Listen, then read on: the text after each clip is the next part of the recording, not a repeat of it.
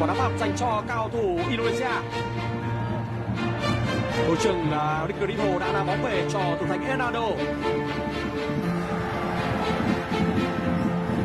Có thể là thời gian bù giờ còn lại sẽ thêm khoảng 1 đến 2 phút nữa. Những chiến thắng tấm huy chương vàng môn bóng đá đang tới rất gần với cầu thủ Indonesia rồi.